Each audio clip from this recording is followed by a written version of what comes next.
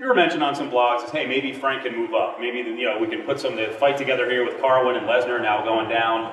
First of all, I want your take on what you've heard happened or what you think happened as far as training and being sick. You saw that Lesnar had to back out of the fight because he has some sort of flu that he's been struggling with.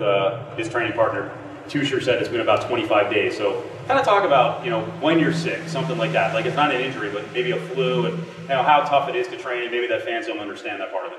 Well, it is difficult, and that's one of the things that happens to a lot of us with training because you're training so hard, you're constantly, your immune system takes a sap.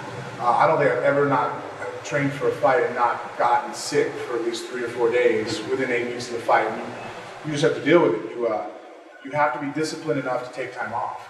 If you try to go to the gym sick and half-ass it, you're going to just prolong it. I've learned now that sometimes it takes more discipline not to train than to train, because training is where you build your confidence. That's where you feel like, you go to the gym, you train, throughout the day, you sleep well at night. No fighter, at least not in the last couple of years, myself, sleeps well when we don't train hard. You go to sleep at night, if you don't leave it all in the gym and you don't put in great workouts, you don't sleep well. You just sit there and go, I should have done this, I should have done that. And it's hard to, when you're sick, at that time, it is the proper thing to take time off. Hey man, stay home, get your fluids in, rest, relax, watch what you're eating, don't blow up. But at the same time, sit on your ass and recover. And that's very difficult to do. Even though it's the right thing to do, in the back of your mind, you're like, what's the other guy? He's training, I'm sitting at home, not doing anything. As far as being sick that long, I mean, regardless of injury or sickness, if you're not in the gym training, it's only fair to the fighter. I've had to pull out of fights. I pulled out of our first time we were supposed to fight because of knee surgery. It happens, I wasn't able to get enough time to train. And, obviously there's certain things that happen and, we're always dinged up and injured. But if it's something that's keeping you completely out of the gym, then you don't want to, why should you go in there already, no one's going to be 100%, but if you're going to show up at 80, why should you be expected to show up at 30%? If you can't do so, then you have to get out. So Carwin seems to be, to me, a guy who's not really prone to trash talk. He's been a little outspoken about Lesnar's behavior, after the fight against you. But now the last couple of days, he's starting to come out and saying, I wouldn't have backed out of the fight. And now there's this whole conspiracy thing going on, theorists all over the web saying that there's a reason Lesnar pulled out. Would there be a reason that Brock would pull out and want more time, or did you see anything? Well, he does have a tough guy on this side. Shane Carwin is a tough. I remember my wife was saying that to me when we found out that Brock pulled out. She's like, well, if Carwin still fights, would you want to take it on short notice? I'm like, no. I'm not taking a Shane Carwin fight on short notice. I'm sorry. That's a really tough human being. Right. And when we fight each other, I want to be well prepared. You can't take that guy lightly. So if I can understand from Brock's point of view, he's not feeling up to it. I can see being a little bit nervous. And at the same time, though, I agree. Shane Carwin probably wouldn't have pulled out of the fight because he's fighting for the title and he's super, super hungry. Maybe Brock's a little bit more content, and that could be something that we might see as far as how their training's going. Brock, Carwin, typically that's pretty average. As a challenger or somebody has something to prove, you're willing to suck it up a little bit more. Mm-hmm. Brock has, less to prove and more to lose. So do you think the UFC is taking it a little too easy on the guy? I talked to people behind the scenes today, and they're like, yeah, they think something's going on. I don't know. I don't have any proof. I don't know where that's coming from. I don't know that Lesnar would be afraid of anybody, but I don't know Brock Lesnar.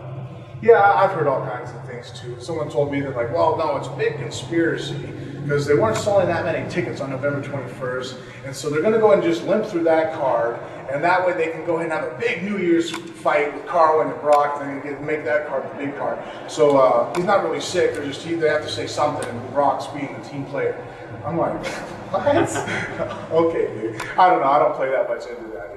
You hear all kinds of things, but look, you know what? I'm not Brock, and I'm not Shane, and I'm not Dana. So those are the three guys who really knows. Probably has a better idea what this is all about. Yeah. Do you think there was anyone who would be willing to move up, on short notice on 4 weeks, or is that just Carwin? Yeah, is that just a ridiculous proposition? No, look at Czech Congo made that mistake on Cain Velasquez. I don't think I would take any top 5 heavyweight UFC on short notice. Why? It's too much of a risk to your career. You're probably going to lose. Czech Congo, Cain Velasquez, Shane Carwin, Brock Lesnar, Gabriel Gonzaga, Todd Duffee. I'm not taking any of these guys on short notice. I want to have a full 8 weeks to be prepared for them. Why would you? They're all dangerous guys. I don't think anybody, I would think they were stupid if they took me on a fight on 4 weeks notice. All of a sudden someone goes, yeah, Frank's opponent pulled out, you got 3 weeks to fight. I don't think they would want to fight me either. It's too much of a risk and a danger to have a problem. So there's a lot of opinions again on Cain Velasquez. I know you've been one of the guys who's been trumpeting his abilities probably before anyone else. Yeah.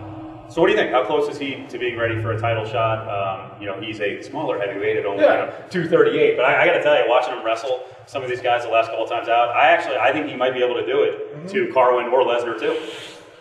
I haven't seen Cain fight another wrestler. That's the thing. You know what I mean? So yeah, he's taken down Ben Rothwell. He's taken down Czech Congo. Whatever that Dutch guy's name was that he fought. The only guy that he did, well, I take that back. Jake O'Brien did wrestle well against him. But Jake O'Brien can cut to 205. Right. So it's not really a big, strong heavyweight that has a good sprawl.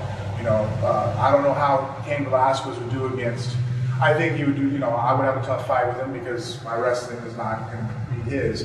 I would have to be striking and jiu-jitsu, which are the two areas that he has shown less aptitude for. But how he would do against Brock or Shane, I don't know. I think that he would do well against almost every other heavyweight because he'll take everybody else down, and he has such a high pace. That's the Achilles heel for a lot of heavyweights. But as far as those two, if he doesn't get them down, how hard does Cain punch? That's the next question I have. I don't know. We haven't really seen him really devastate anybody with a lot of shots on his feet. Right. I think he has a great kick. I think he has his right leg is very dangerous. But if he goes in there with Shane or goes in there with Brock, can he get them down?